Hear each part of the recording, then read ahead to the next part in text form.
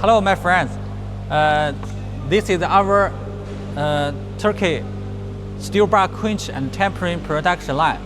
Now we test the material. This you can. Now I introduce my machine. This is the stock rack. This is automatic feed the steel bar into the machine. This part is for quenching.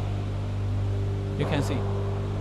Quenching is the steel bar heat to customer need the temperature and go to the water spraying tank. This is customer engineer.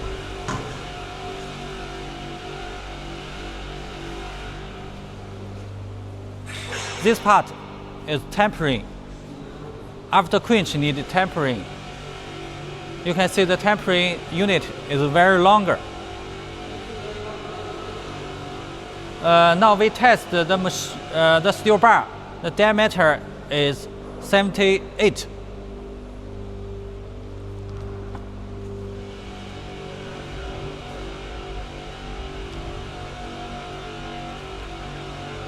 This final unit just for the steel bar receive.